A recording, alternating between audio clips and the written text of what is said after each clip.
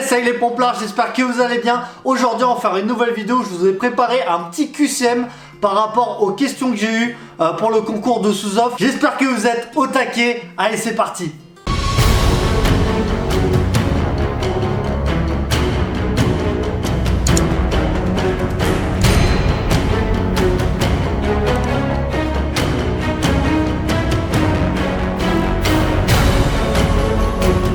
Comme vous avez vu, j'ai passé le concours de sous-offre et dans ce concours de sous-offre, on a un QCM de pompiers avec des questions pompiers. On a 60 questions et on doit répondre à ce QCM. Je vous ai choisi 20 questions et on va faire un petit quiz. Juste avant, je vous rappelle que c'est des questions basées sur tout ce qui est GTO, GDO, les dernières recommandations sur tout ce qui est secours en équipe. Donc pour ce QCM, vous avez plusieurs choix de réponses possibles. Donc vous avez 4 choix et c'est possible que les 4 sont bonnes. Il n'y a pas forcément qu'une bonne réponse par question. Des fois, il peut y avoir plusieurs bonnes réponses. Et si vous voulez réviser, vous avez juste à taper sur internet GDO, GTO, pompiers, les dernières recommandations du secours à victime. Ouais, il y a plus de 500 pages. Donc, bref, tout ça pour dire qu'il y a tellement de choses à réviser, il y a du taf et vous allez voir que le questionnaire il est vraiment chaud. Donc avant de commencer les gars, je vous dis partagez-le tout de suite, envoyez cette vidéo à vos potes qui sont pompiers pour vous dire hey, les gars, réponds-moi à ce QCM et tu vas voir que t'es pas au taquet du tout. Je vais vous poser la question, vous allez avoir 10 secondes pour répondre et directement je vous donne la réponse avec les textes exacts. Petite histoire pour le concours de sous-offre, chaque bonne réponse était plus 4 points. Par contre, si on répondait faux, c'était moins 2 points. Et si on répondait pas à la question, on avait moins 1 point. Donc là, tout simplement pour vous dire que c'est stratégique, les points peuvent vite baisser. Donc là, juste pour ce questionnaire, les gars, prenez un stylo, une feuille. Par contre, les gars, s'il y a 3 bonnes réponses et vous en mettez que 2, les gars, c'est faux. Et si vous avez toute la réponse bonne, on vous comptez 1 point. Et les gars, si vous avez faux, c'est 0. Mais allez, on attaque tout de suite par la première question. Question 1. Le 12 juillet à 15h30, la température extérieure est d'environ 35 degrés. Vous assurez au VSAV le soutien sanitaire des personnels engagés sur feu d'appartement. Votre chef d'agré vous demande de prendre en charge le chef BAT, pris de malaise. Celui-ci présente les signes d'un coup de chaleur. Il convient de réponse A, déshabiller la victime. Réponse B, ventiler la victime pour augmenter la déperdition de chaleur. Réponse C, arroser la victime pendant 15 minutes avec de l'eau à 15 degrés sur un plan incliné à 15 degrés.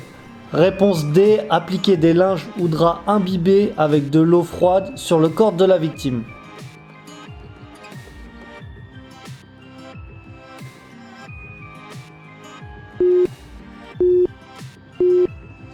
La bonne réponse, c'est la réponse A, B et D. Je vous mets le texte sur les dernières recommandations en secourisme. Dans tous les cas, sur le coup de chaleur, donc l'objectif est de retrouver une température intérieure de 39,4 degrés. Donc il va falloir refroidir la victime. On voit le premier point, retirer les vêtements de la victime en lui laissant les sous-vêtements.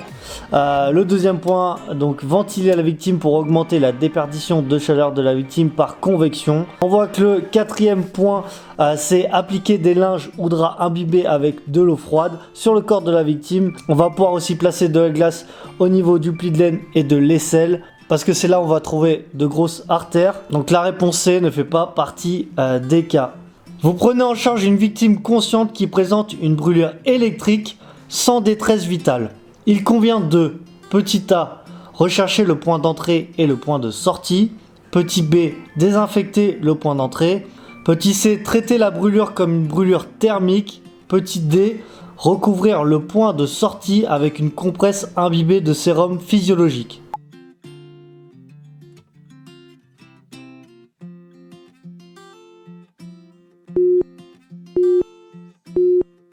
La bonne réponse, c'est la réponse A et C pour une brûlure électrique. Donc bien sûr, ne pas toucher la victime avant d'avoir écarté le risque électrique. Et la conduite à tenir sans détresse vitale, c'est de rechercher le point d'entrée et le point de sortie et de traiter la brûlure comme une brûlure thermique. Vous prenez en charge un élagueur conscient qui présente les signes d'un syndrome de suspension. Quels éléments spécifiques à cette situation doivent ressortir dans votre bilan circonstanciel? Petit A, la durée de la suspension. Petit B, la résistance de la corde. Petit C, le poids de la victime. Petit D, la nature du harnais ou du baudrier.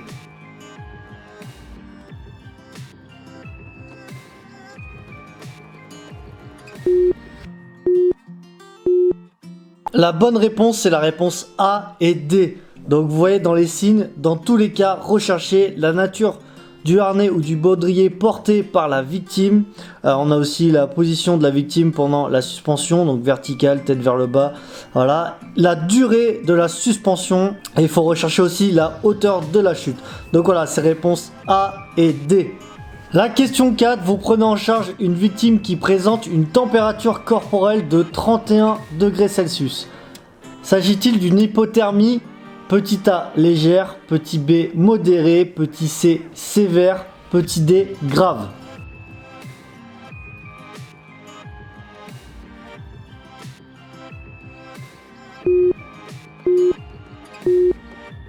La bonne réponse, c'est la réponse B, donc hypothermie modérée. Donc là, je vous mets pareil le texte sur les recommandations du secourisme. Donc là, c'est bien marqué hypothermie légère de 35 à 32 degrés. Hypothermie modérée de 32 à 28, hypothermie sévère de 28 à 24 degrés Celsius et hypothermie grave en dessous de 24 degrés. Question 5, selon le guide de technique opérationnelle engagement en milieu vicié, le nombre maximum de déviations installées sur une ligne guide est de petit A 1, petit B 5, petit C 6, petit D 3.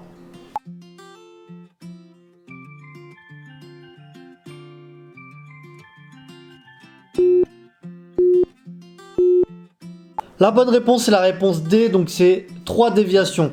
Vous avez la réponse dans le GTO engagement en milieu vicié. Les déviations sont principalement utilisées lors des reconnaissances dans de grands volumes. Il est à noter que jusqu'à 3 déviations peuvent être effectuées sur la ligne guide. Question 6. Vous êtes porte-lance sur un moyen élévateur aérien dressé à 20 mètres de hauteur. Combien au titre de dénivelé le conducteur de l'engin pompe qui va alimenter doit rajouter de pression? Donc réponse A 0,2 bar, petit B 2 bar, petit C 2000 millibars, petit D 1 bar.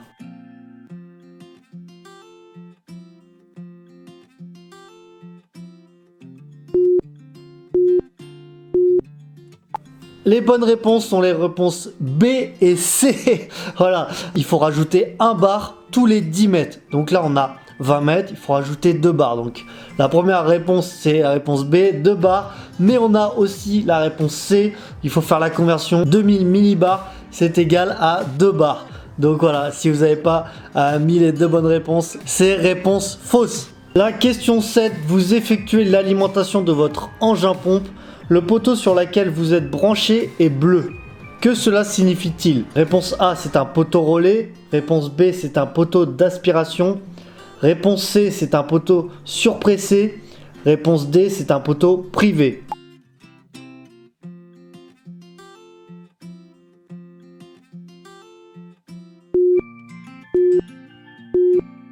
La réponse, vous l'avez sur le guide de technique opérationnelle. Les points d'aspiration en milieu naturel et artificiel. Le dispositif fixe d'aspiration peut prendre la forme d'un poteau d'aspiration de couleur bleue. Donc c'est la réponse B, c'est un poteau d'aspiration. Question 8. Lors d'une reconnaissance dans un local enfumé, vous êtes confronté à une bouteille de gaz avec une collerette marron. À quel type de gaz êtes-vous confronté? Réponse A, l'hélium. Réponse B, l'azote. Réponse C, l'acétylène. Réponse D, l'oxygène.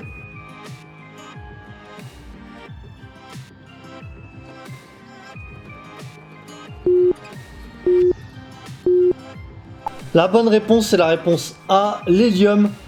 Franchement, les gars, ils ont fait les bâtards. Tout simplement parce que vous avez vu, l'acétylène, c'est châtain. Eh les gars, châtain et marron, c'est pareil. Hein. La bonne réponse, c'est la réponse A, l'hélium. La question 9. Lors d'une reconnaissance, vous constatez ce marquage sur la porte d'un local. Que cela signifie-t-il? Petit A, danger dans le local. Petit B, une victime a été trouvée dans le local. Petit C, 2 reconnaissances ont été effectuées. Petit D, reconnaissance en cours.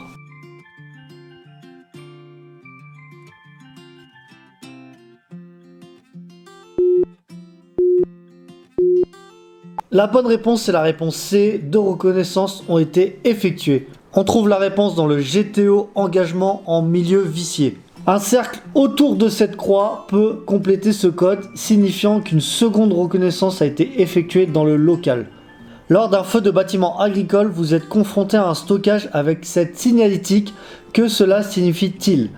Réponse A, un produit inflammable. Réponse B, un produit corrosif. Réponse C, un produit toxique. Réponse D, un produit comburant.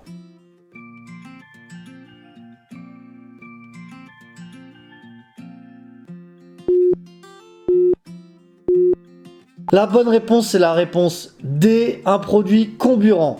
Les produits comburants peuvent provoquer ou aggraver un incendie, une explosion s'ils sont en présence d'un produit inflammable. Question 11. Une attaque de transition se caractérise par petit a, une attaque continue non limitée dans le temps. Petit b, une attaque menée de l'extérieur. Petit c, le jet utilisé dispose d'un débit important et vise la partie plafond du volume en feu. Petit d, un débit d'eau limité pour éviter une vaporisation.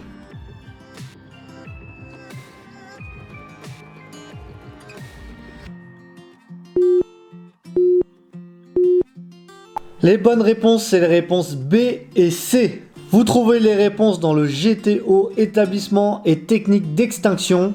Attaque d'atténuation ou attaque temporisation, cette méthode tactique n'a pas pour objectif d'éteindre l'incendie, mais de stopper dans sa courbe de progression très rapide le développement du sinistre. On voit bien le dessin et c'est marqué. Cet impact de jet sur le plafond qui va permettre de disperser l'eau en grosses gouttelettes sur la surface combustible qui se trouve dans le local touché par l'incendie. Veuillez à ce que l'angle d'application du jet permette d'impacter le milieu du plafond. Limitez la durée d'application de façon à ne pas produire de dégâts des eaux inconsidérées. Donc tout ça pour dire voilà, un maximum d'eau sur un minimum de temps. Question 12. Sous aérie afin de se mettre en mode économie d'air. Quelles sont les techniques possibles à mettre en œuvre? Réponse A, sauter une respiration. Réponse B, intervalle respiratoire. Réponse C, méthode de Rayleigh. Réponse D, méthode 3-4.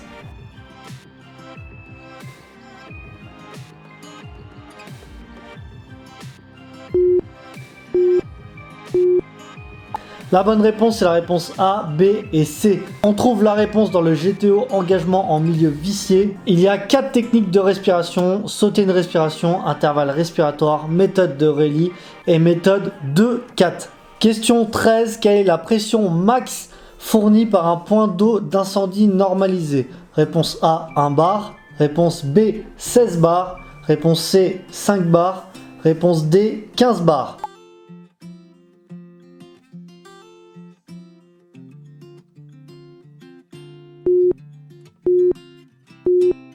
La bonne réponse, c'est la réponse B, 16 bars. Donc on voit bien dans les principes généraux et définitions, c'est marqué fournit une pression minimale de 1 bar et maximale de 16 bars. Question 14. Lorsque vous effectuez un exutoire pour les fumées, vous facilitez le travail du binôme d'attaque en petit a, augmenter la visibilité, petit b, réduisant le risque de propagation par conduction, petit c, réduisant le risque de propagation par convection, petit d, privant le feu d'une partie de son combustible.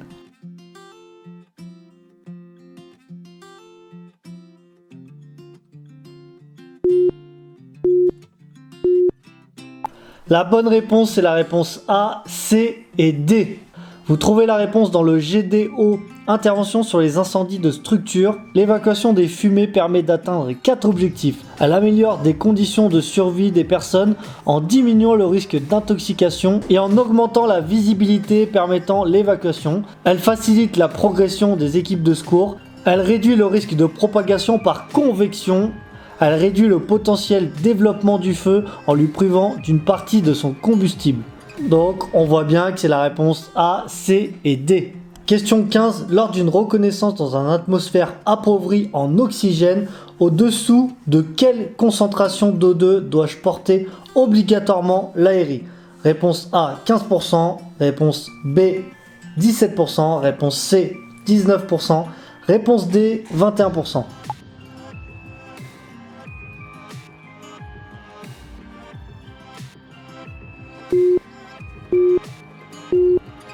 les bonnes réponses, c'est les réponses 17 et 15.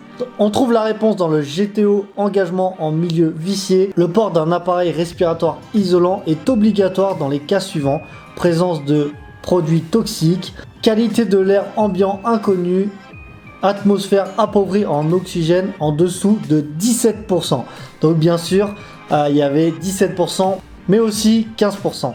Question 16. Comment doit être formulé l'ordre d'évacuation générale? Petit A, évacuation, évacuation, évacuation. Petit B, sortez, sortez, sortez. Petit C, repli, repli, repli. Petit D, évacuation, évacuation.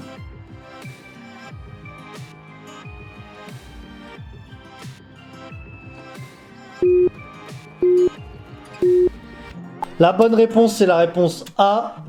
Évacuation, évacuation, évacuation. Vous trouvez la réponse dans le GTO, engagement en milieu vicié. Cet ordre d'évacuation générale est transmis par radio. Celui-ci doit être connu de tous. Le contenu du message, évacuation, évacuation, évacuation.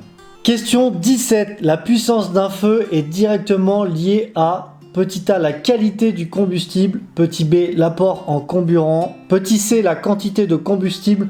Petit D, la position du combustible.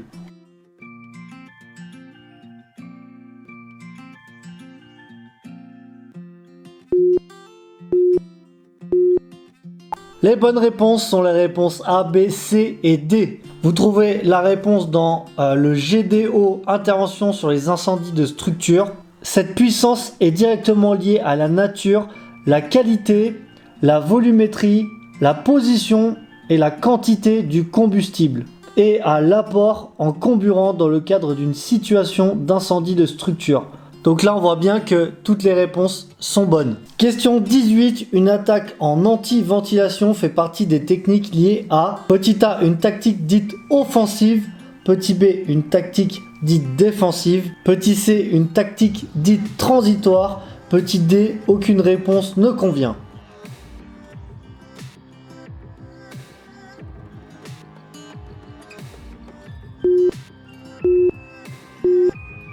La bonne réponse, c'est la réponse A, une tactique dite offensive. On trouve ça dans le GTO, ventilation opérationnelle. L'attaque en anti-ventilation décrite dans l'exemple ci-dessus est une tactique offensive très agressive puisqu'elle combine une attaque hydraulique du foyer mais aussi sa privation en oxygène. Question 19. Comment se calcule le taux de concentration? Petit A, c'est le rapport volume d'émulseur sur volume de solution moussante. Petit B, c'est le rapport volume de mousse sur volume d'émulseur. Petit C, c'est le rapport volume de mousse sur volume de solution moussante. Petit D, c'est le rapport de solution moussante sur le volume de mousse.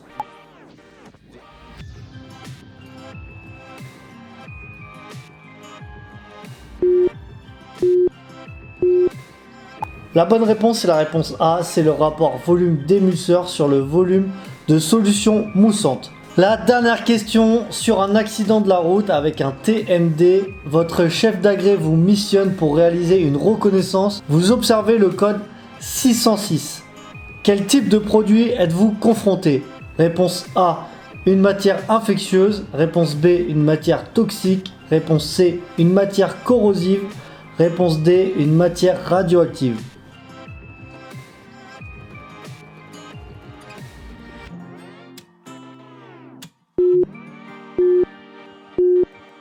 La bonne réponse, c'est la réponse A, c'est une matière infectieuse. Donc là, on voit le tableau, on voit que le 6, c'est des risques toxiques, mais on voit chiffre ayant une signification particulière, 606, matière infectieuse. Allez, ça y est, on vient de finir le petit quiz. Vous avez vu les gars? Les questions, c'était... c'est chaud, hein, faut bien réfléchir, pas se faire avoir, parce qu'il y a plusieurs réponses. Je vous ai mis 20 questions, mais il y avait 60 questions comme ça. Donc voilà, tout simplement pour vous dire les gars, il faut taffer, il faut se mettre le nez dans les bouquins souvent, parce que dans le métier de pompier, il y a tellement de choses à savoir. Et si vous avez plus de 10 les gars, félicitations. Dites-moi d'ailleurs dans les commentaires combien vous avez fait, combien vous avez eu de points sur 20. Le but, ça va être de vous aider parce que pour le concours pro, ceux qui le passent en interne, vous allez avoir un QCM de ce type. Et pour ceux qui passent le concours de sous-off, les gars, ça va être ce type de questionnaire, hein. Donc voilà, entraînez-vous. En tout cas, j'espère que cette vidéo vous a plu. Et on n'oublie pas, si t'es pas mort, envoie plus fort.